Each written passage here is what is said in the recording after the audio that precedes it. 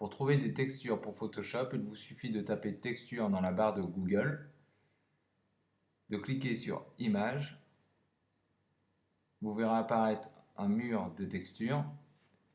Il vous suffira ensuite de cliquer sur la texture que vous souhaitez. Prenons un exemple. Ce n'est pas la texture que j'utiliserai dans le tuto, mais c'est juste pour l'exemple. Il suffit de cliquer par exemple sur celle-ci.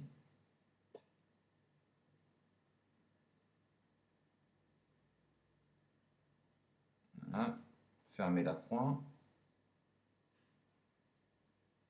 Voilà. Sur certains sites, vous aurez un onglet Download pour la télécharger ou télécharger, tout simplement. Sur celle-là, vous pouvez faire clic droit et enregistrer l'image sous. Voilà, vous pouvez la placer sur votre bureau. Alors faites attention surtout que les images soient libres de droit. Ensuite, je vais ouvrir mon image sous Photoshop. Donc, quand j'ouvre mon image, je garde le profil incorporé, qui est le profil sRGB. Je me retrouve avec mon image. Je vais d'abord la passer dans un premier temps en noir et blanc. Je vais cliquer ici sur ce petit onglet. Je me retrouve avec différents réglages. Et je vais aller tout simplement dans Mélangeur de couches. Je me retrouve avec des curseurs de réglage pour les différentes couches, le rouge, vert, le bleu. Donc je vais cliquer sur monochrome. Mon image se retrouve en noir et blanc. Il ne me restera plus qu'à effectuer quelques réglages.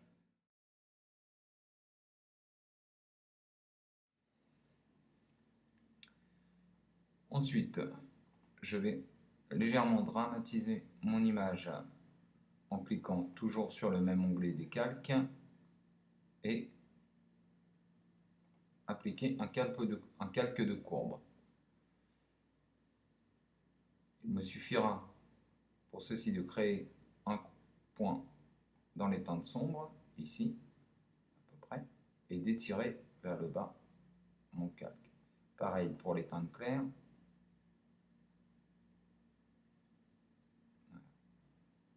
Notamment les teintes claires pour le rendu dans les yeux.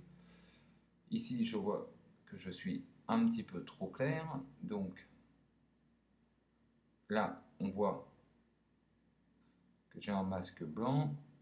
Il me suffit ici de prendre une couleur noire. Donc pour basculer, cliquez sur la flèche. Voilà, je bascule en noir. Je prends un pinceau. Hop, et je peins sur les zones sur lesquelles je ne veux pas que la courbe soit appliquée.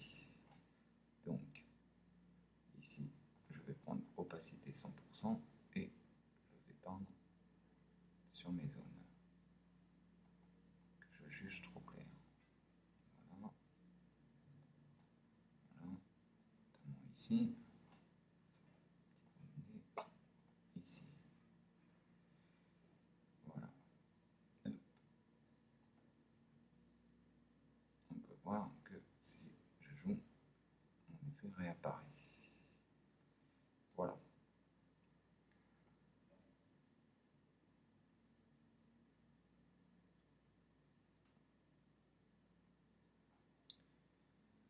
Une fois que mon noir et blanc est passé, je vais fusionner en cliquant là, calque, fusionner les calques visibles. Tous mes calques, voilà, sont fusionnés. Je me retrouve avec un arrière-plan. Je vais de nouveau ici appliquer un calque pour essayer d'assombrir les zones claires. Donc je reclique sur calque, je refais un calque de courbe et sur mes teintes claires, je fais les descendre légèrement. Voilà. Je vais rassembler ici mon calque. Je vais enlever l'effet avec le pot de peinture. Je remplis dans mon masque blanc d'une couleur noire. Voilà, ça veut dire que mon effet est masqué. Et pour faire réapparaître l'effet où je veux, je bascule ici en blanc et je prends mon pinceau pour peindre sur les zones sur lesquelles je vois que mon effet veut réapparaître. Alors, si on se trompe, on reprend le pinceau noir et on repeint.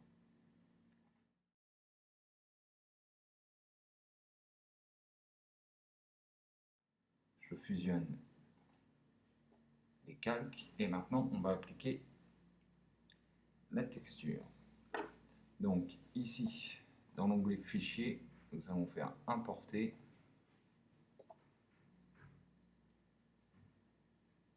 et je vais aller chercher la texture que j'ai téléchargée sur internet, importer. Je redimensionne ma texture en l'étirant avec la flèche dans les coins. Voilà. Et j'appuie sur la touche entrée. On peut voir que la texture s'est appliquée à toute l'image. Pour ceci, ici, on a un réglage normal. Il me suffit de cliquer dessus et de passer cette texture en lumière tamisée. Cette texture est appliquée à toute l'image. Je vais appliquer un masque.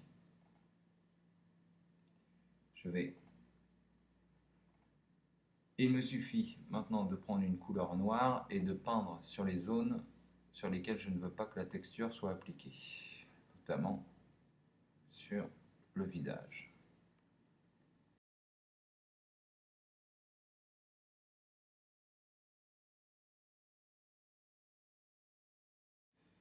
J'ai appliqué dans un premier temps ma texture. Maintenant, pour dramatiser mon image, je vais dupliquer cette texture.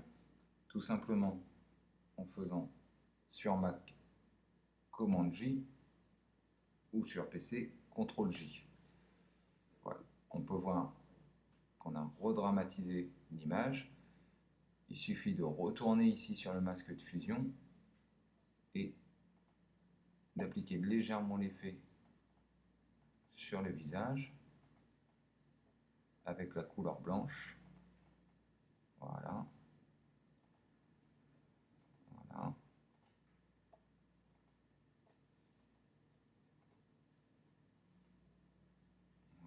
Ici, on peut voir qu'on est un petit peu sombre, donc on va revenir sur la texture, sur le masque d'avant.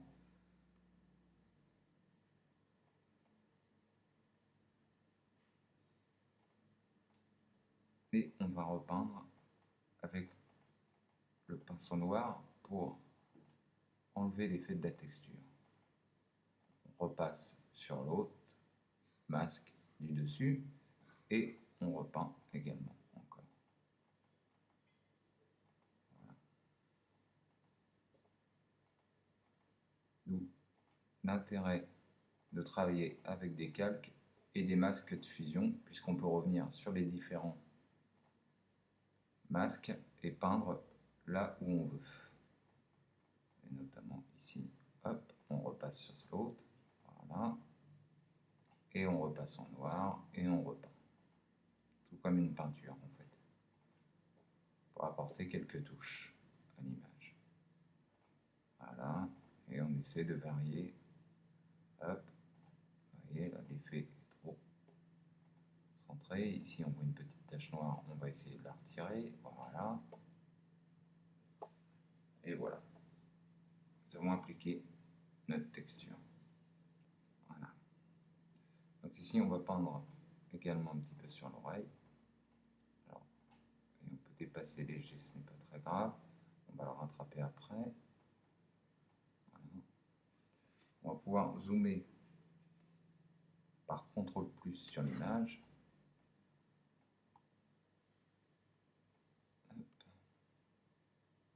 Décaler ça.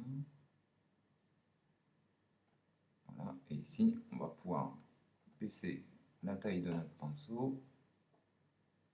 Puis, avec le pinceau blanc, repeindre. Créer des contours plus propres.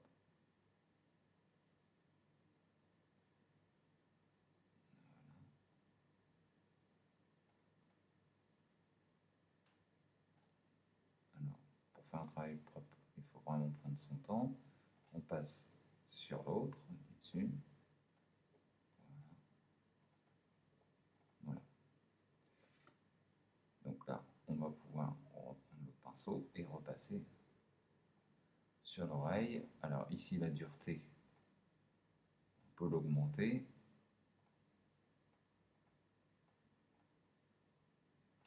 Plus la dureté est faible, plus on aura un flou autour du pinceau. Plus la dureté est forte, et plus les contours du pinceau seront nets.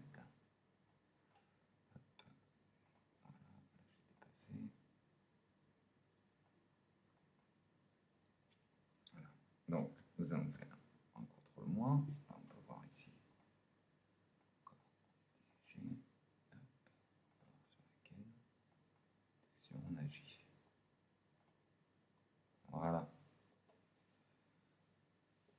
Donc, ici, si on fait un commande J, par contre, dramatise davantage. Ensuite, on pourrait changer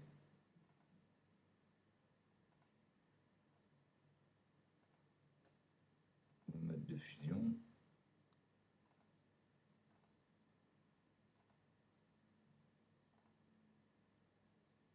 Voilà, c'est pas le but. Hein. On va enlever cette troisième texture. Voilà. Alors, quand on a fini ça, il nous suffit de fusionner les calques visibles. Alors, on peut redupliquer le calque, toujours travailler sur une copie. Donc, commande J sur Mac, CTRL J sur PC. Et ici, on a un outil qui s'appelle la densité moins la densité plus. Densité plus, on va assombrir des zones. Densité moins, on va les éclaircir. Donc ici, je voudrais assombrir cette partie autour du visage. Donc je vais prendre l'outil densité plus. Je vais travailler sur les tons moyens. Et je vais régler mon exposition aux alentours de 30%. Je travaille sur un calque et je peins. L'effet d'un pinceau, mais pour assombrir les tons moyens ou les tons clairs ou les tons foncés, comme on peut voir ici. Moi, je travaille bien souvent sur les tons moyens. Je trouve que l'effet est plus naturel.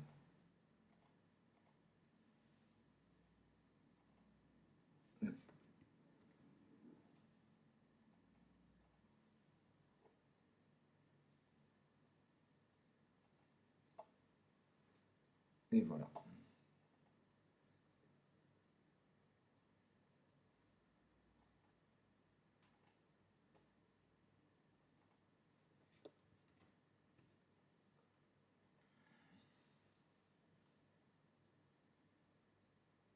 Il ne nous reste plus qu'à fusionner les calques visibles et à enregistrer notre image.